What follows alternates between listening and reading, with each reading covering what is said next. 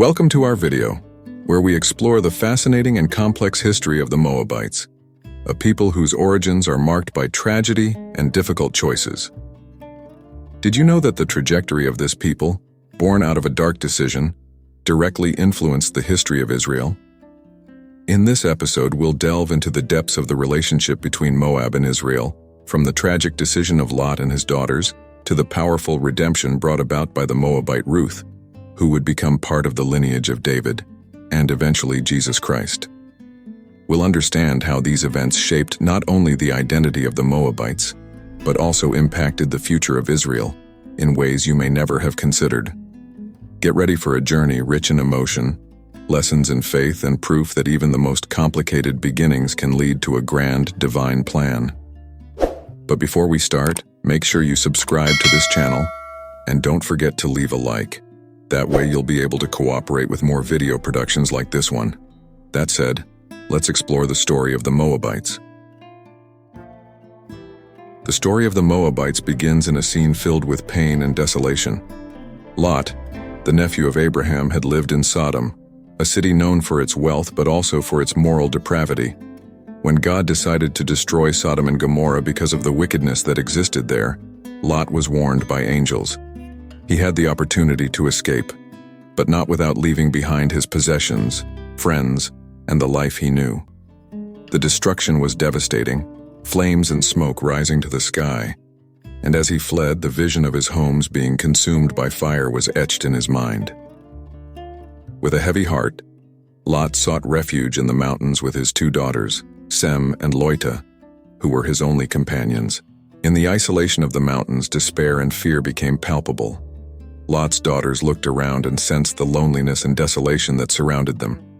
The world, as they knew it, had vanished in the blink of an eye. They were convinced that they were the last of their lineage, and the weight of this reality began to suffocate them. For the young women, the idea of having no children, of leaving no legacy, was more painful than the loss of their previous lives. The future seemed bleak, with no hope or continuity in sight. In this state of anguish, Lot's daughters came to a tragic conclusion.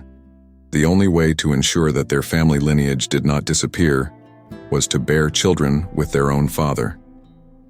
This idea, wrapped in a shroud of despair, was one of the darkest they could have imagined. They believed they were doing what was necessary, a painful yet inevitable choice given the circumstances. So, under the dim light of the moon and with heavy hearts, they hatched a plan that would change their lives and the history of their people forever. In the dead of night, in a moment of weakness, they got Lot drunk. He, overcome by drink, did not realize what was happening around him. On 2 consecutive nights, each daughter approached him, without him having the slightest idea that his life was about to intertwine with theirs in a way that challenged morality. The act they were to perform in love and respect became a tragedy shrouded in secrets and shame. From this incestuous union, 2 boys were born, Moabe and Ben-Ami. Moabe, the elder, would become the patriarch of the Moabite people, while Ben-Ami would found the Ammonites. This birth, amid an act that many would consider monstrous, marked the beginning of a new lineage that would carry with it the shadow of its origin. The tragedy that gave rise to the Moabites reflects human nature, showing that even in the darkest situations, life finds a way to perpetuate itself. This moment becomes a starting point filled with contradictions. The Moabites, a people formed from a desperate decision, would carry the weight of their origin throughout history. This beginning, marked by fear and questionable morality, would echo through future generations, influencing not only their own lives but also those of their neighbors, the Israelites, with whom they would have a complex and often conflict-ridden relationship. Thus, the story of the Moabites unfolds, starting with a tragic choice that would shape not only their identities but also their place in the biblical narrative. With the birth of Moab, a new nation began to rise from the ashes of despair and desolation. He grew under the protection of his mothers, who, despite their controversial origins, dedicated themselves to ensuring that their son would have a future. From a young age, Moab was taught about the importance of his lineage, even though that lineage was marked by a dark choice. As Moab grew, he became a strong and determined young man, set on building a future for his people. When Moab reached adulthood, he decided it was time to establish a home for his nation.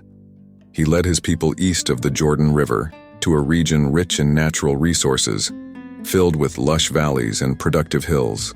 The lands were fertile and promised abundance. With the help of his family and friends, the Moabites began to build villages and towns, cultivating the land and raising livestock. It was a time of prosperity and hope. Moab became the leader of a people who, although marked by their origins, were determined to create their own identity.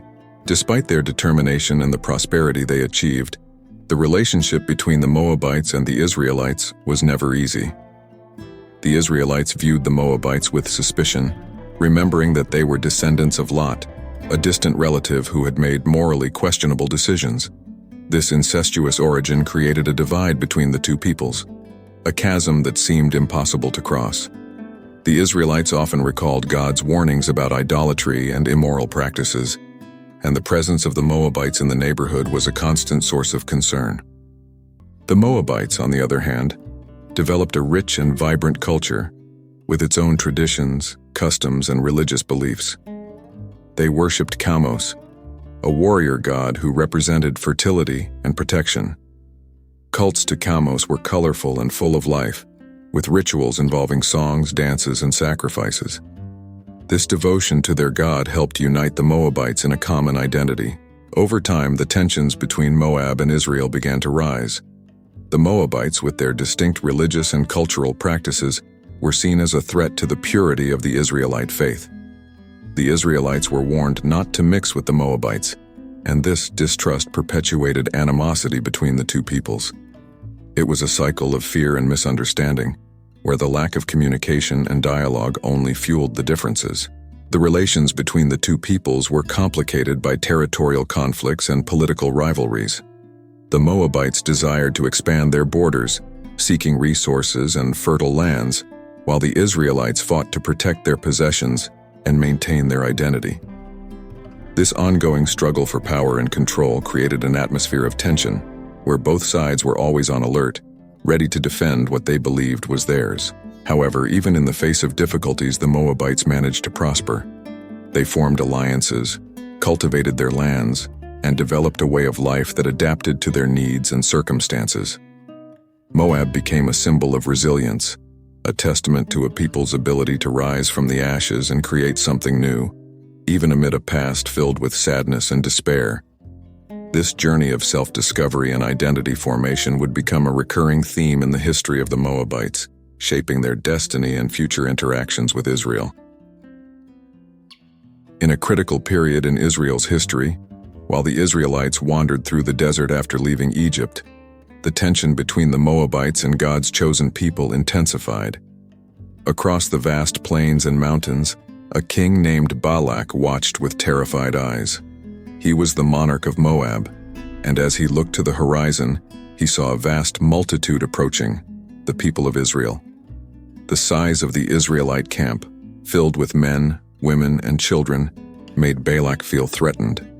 For him, the prospect of an invasion was alarming, as the Israelites were seeking the promised land, and Moab was in their way. Balak, a cunning and strategic man, knew he had to act quickly. He could not allow his kingdom to be destroyed by this overwhelming force. After consulting his advisors and leaders, he decided that the best strategy was to appeal to supernatural forces. He sent messengers to a famous prophet named Balaam, known for his ability to curse peoples and win the favor of gods with his words. Balaam was renowned for his power and fame, and Balak believed that, with his help, he could turn the tide for his people. The messengers brought Balaam Balak's proposal. If he would curse Israel, he would receive generous rewards and honors. Upon hearing the proposal, Balaam felt flattered, but at the same time, he remembered the Lord God, who had warned him about the seriousness of cursing those who were chosen by him. Balaam's internal struggle began. He desired the rewards but knew he could not act against God's will. However, Balaam ultimately succumbed to the pressure and decided to go to Balak. When Balaam arrived in the land of Moab, he met with the king and was taken to a high mountain. from where he could see the entire camp of Israel. He prepared to do what Balak asked, but surprisingly, when he opened his mouth to pronounce a curse, the only words that came out were blessings. He was astonished to realize that instead of cursing, he was proclaiming the wonders of the people of Israel and the greatness of their God. Balak, horrified, tried to understand how this was possible. He asked Balaam to change locations, hoping that a different perspective would change the message, but it was in vain. In every subsequent attempt, Balaam blessed Israel even more.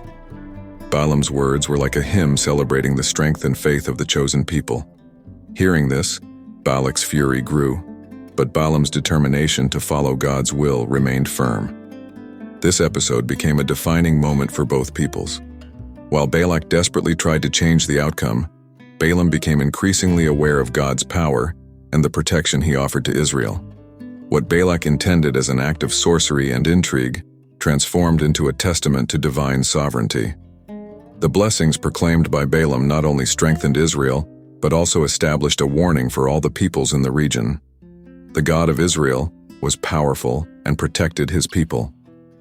In the end, Balaam left Moab, not as a prophet who fulfilled the mission to curse, but as a spokesperson for God's blessing upon Israel. This story became a symbol of divine protection and a reminder that, even amidst evil plans and conspiracies, God is in control. He turns curses into blessings and uses even the darkest plans to fulfill his purposes. This narrative teaches us that when God is on our side, no force or sorcery can prevail against us.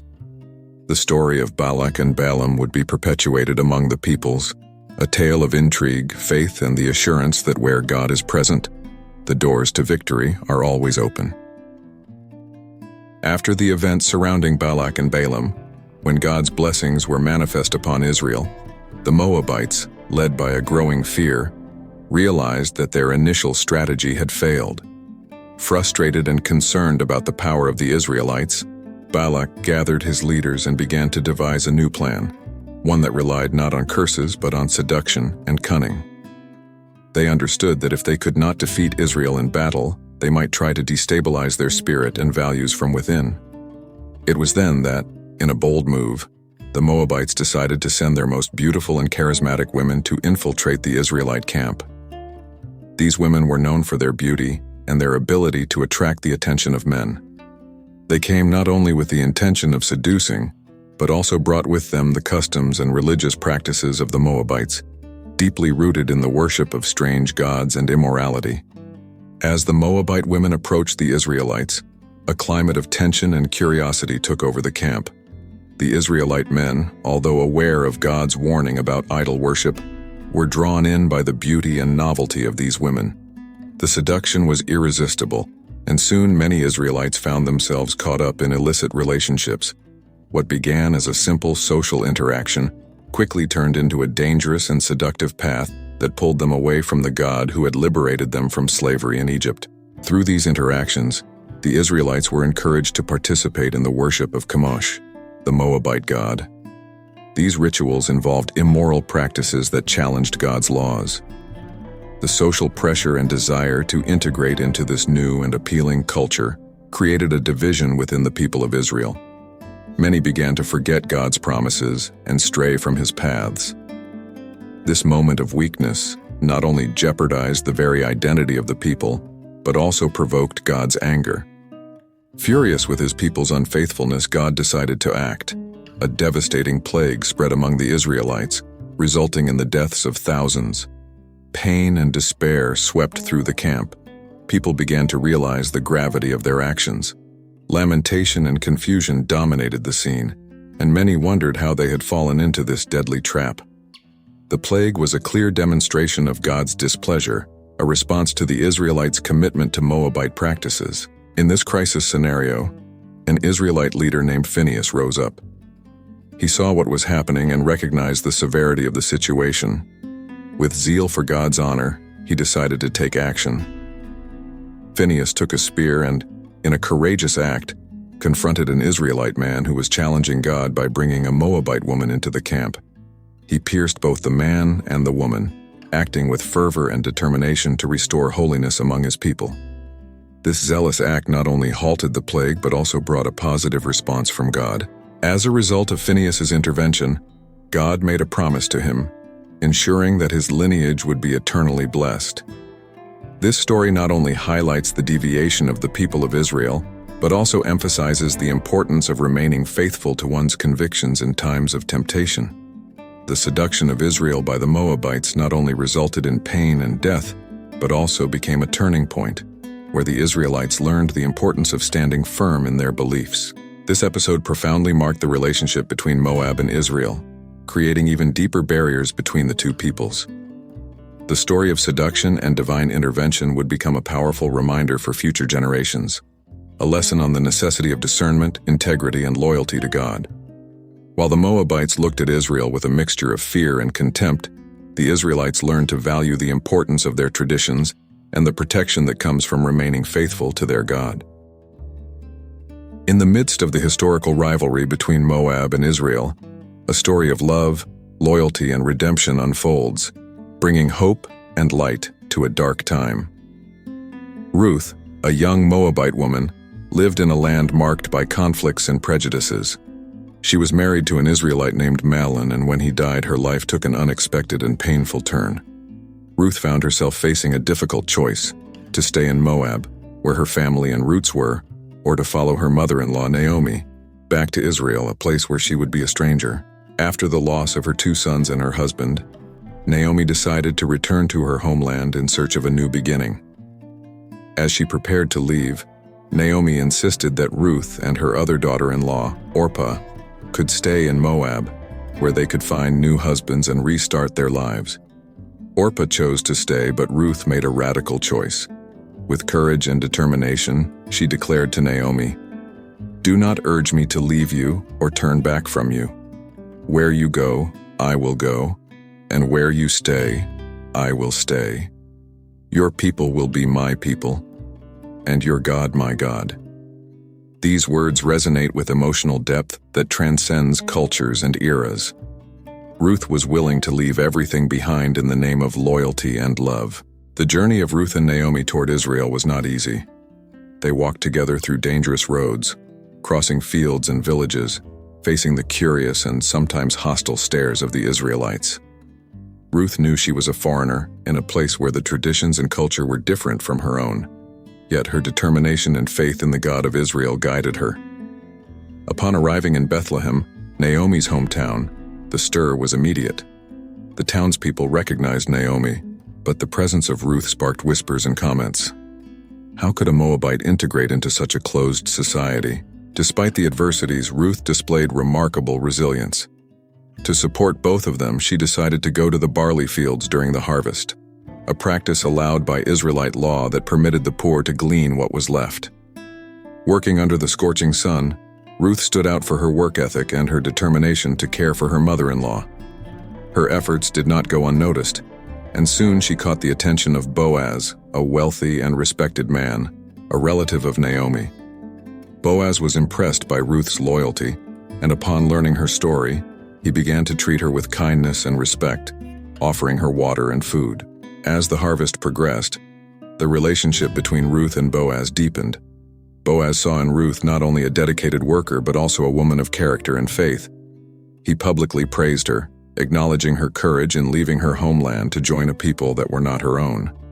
Naomi, noticing what was unfolding, encouraged Ruth to approach Boaz more intimately, following the practice of levirate marriage, which ensured protection and the continuation of the family lineage.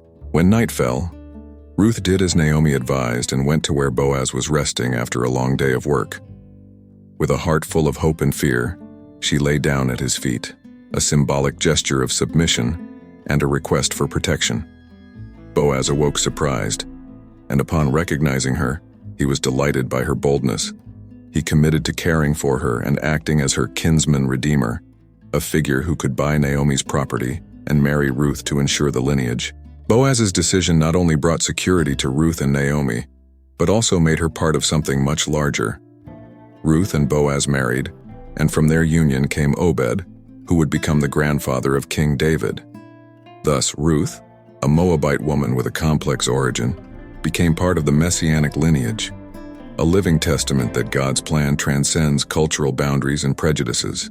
Ruth's story is not only a narrative about love and loyalty, but also proof that faith in the true God and determination can open unexpected doors.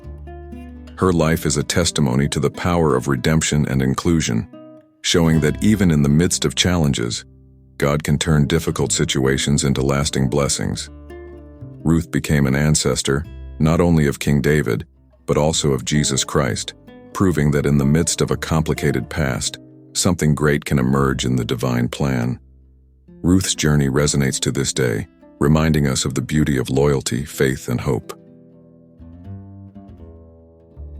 As the centuries passed, the Moabite nation, which once thrived and established itself in the fertile lands east of the Jordan, began to experience a slow but undeniable decline. The pride and strength that the Moabites displayed in their days of glory were gradually worn down by wars, invasions, and internal instability. The Moabite identity, shaped by challenges and rivalries, began to dissipate, and their people faced increasing difficulties in maintaining their sovereignty and cohesion. The prophets of Israel, like Isaiah, began to warn of the imminent fall of Moab. In his visions, Isaiah spoke of the judgment that would fall upon Moab due to its idolatrous practices and hostility toward Israel. The prophecies grew increasingly dark, foretelling destruction and suffering to come. The prophet's warnings echoed across the desert, and many in Israel watched the decline of the Moabites with a mix of concern and compassion. There was a recognition that, despite past conflicts and rivalries, the story of Moab was also a part of God's greater plan.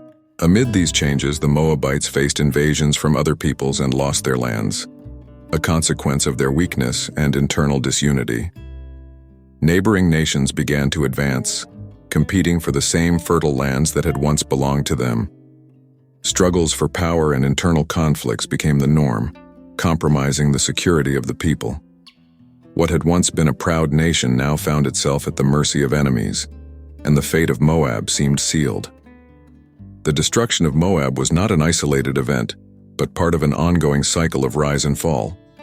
The nation that began with such complexity and challenge, rooted in tragic choices, now faced the threat of disappearing completely from history. Yet, the impact that the Moabites left on Israel endured. From the struggles they faced in times of weakness to the unexpected blessing they brought through Ruth, the Moabite influence was complex and multifaceted. Ruth, a Moabite woman who became a central figure in the genealogy of David, and consequently in the lineage of Jesus, exemplifies the intersection between the two peoples. Her story of loyalty and faith demonstrated that even amid a controversial origin, it is possible to bring blessings and transformation. Ruth's Moabite descent reminded the Israelites that, in moments of crisis and division, God can use those least expected to fulfill His grand plans. As Moab faced its decline, the story of its people became a testament to God's power to shape history through the choices and actions of individuals. The relationship between Israel and Moab, marked by ups and downs, tensions and blessings, reflected the complexity of the human experience and God's faithfulness amid chaos. The lessons learned from the history of the Moabites echo to this day, emphasizing the importance of perseverance, faith, and hope, even in the face of adversity. Thus, the story of Moab, though marked by tragedies and declines, remains a reminder that, even in difficult situations, God can use people's lives to shape and transform nations. Recognizing and respecting the legacy of the past, no matter how complicated, is essential to understanding each person's role in God's grand plan. Even though the nation of Moab has vanished, its impact and the narrative of its history will continue to resonate in the hearts and minds of all who seek to understand God's divine workings throughout human history. Write in the comments, I want to know if you made it to the end of this video. I'd also like to know if you've ever heard the story of the Moabites. May God richly bless your life. See you in the next video.